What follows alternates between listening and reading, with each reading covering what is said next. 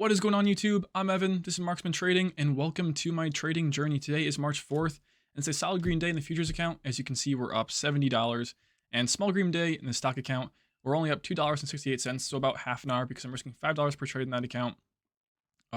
We took one long on Amazon, that was it, and we took one short on the NQ, and both were actually solid trades. I was impressed with the way I managed them, and I will get into that in this recap. Alright, so here's the Amazon trade I took, and it was a break and retest of pre-market high, a previous day's high, and a VWAP. It was a pullback into VWAP. We just about pulled into the 90 EMA and the 5 minute as well, and it was probably nearly a 50 to 40% retracement, so a good retracement level to go long and continue the trend higher. So as you can see, Amazon opened up at 9:30, ripped up, then pulled back. I got in as it was consolidating. I actually scaled in, and I'm really proud of these scale-ins. I took 2 shares at 179. But I didn't want to take 2. I was just trying to take 1 share for a starter. And so I'd let go of 1 right away at 179.01. My stop loss on these starters was all the way down here below 178.22 because, when you have starters, you want to give them as much room to work as possible because it's very small risk, right? So you can afford to kind of let it, go against you a few points without having to, really worry about the position. And so as we consolidated, I started to scale in some more. It was holding that level more. We had some bottoming tails. I took 1 more here at 178.97. I saw this flush candle. I was watching it. Let me zoom in so you guys can see it better. I was watching this candle right here. Flushed down, got bidded right back up. So I got in some more at 97 because as you see a trade kind of consolidating and, basing out, you want to kind of get in because the longer it consolidates, the higher the chances that it's going to move higher. At least that's the way I look at it.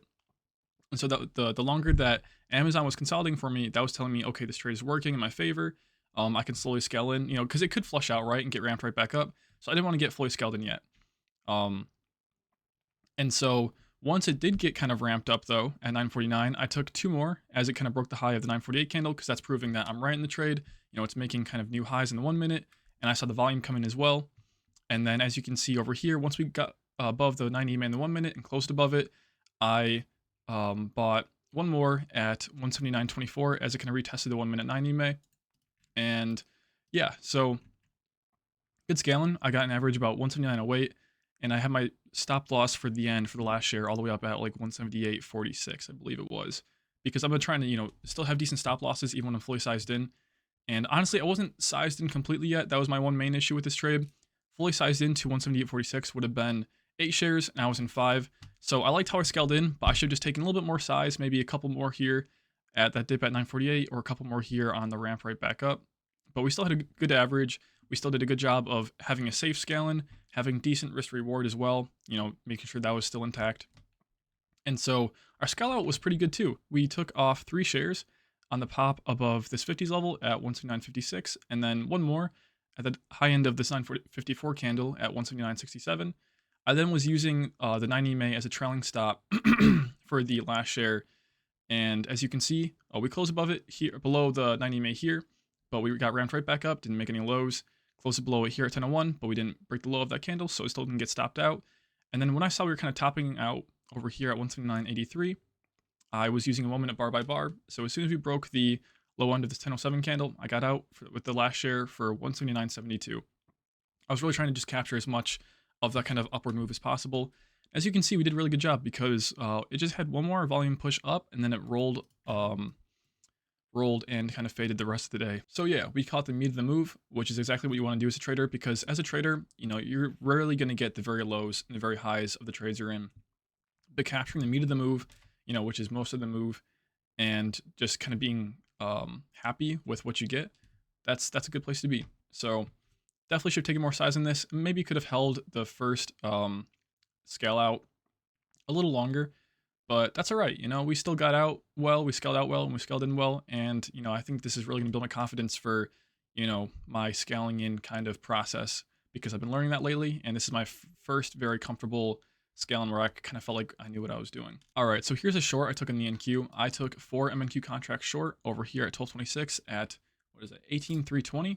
And then I covered 3 down here at 18.312.25 and 1 more at 18.309.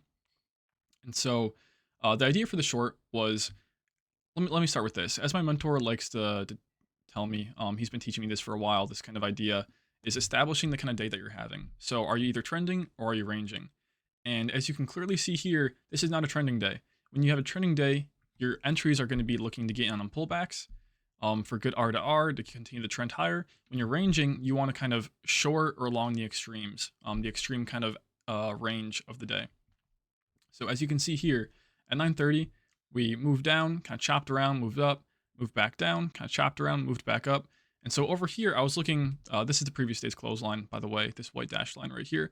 Over here at like 12:30-ish, I was looking for a lower high. I was expecting it. I actually called it out over here at like 11:58, 11:57. I was hoping we would get an exhaustion move back above previous day's close. People thinking we're actually going to hold above it this time, go long. That's going to trap longs, and it's going to get ramped right back down.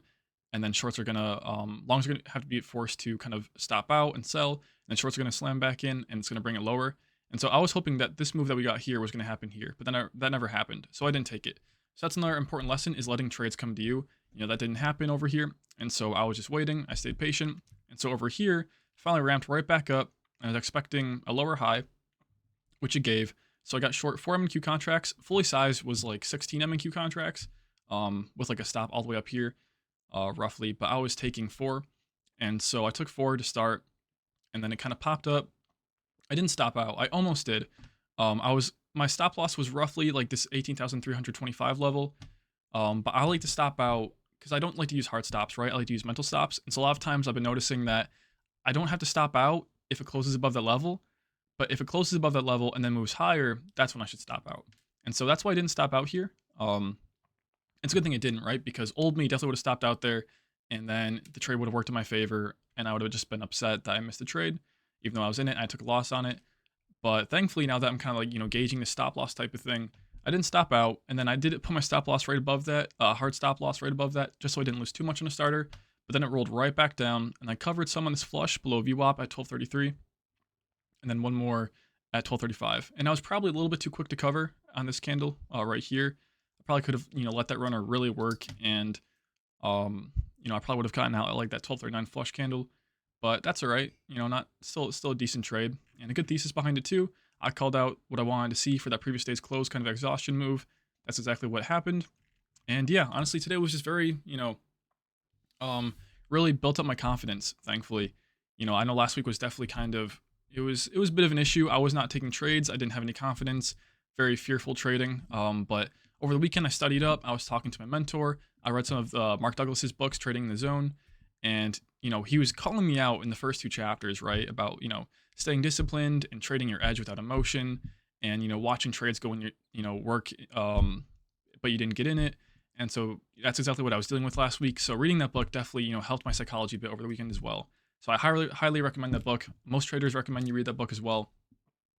But yeah, that's it. That was the only 2 trades I took today. All right, guys, thank you so much for watching. Be sure to comment, like, subscribe, and I'll catch you guys in the next video. God bless. Peace.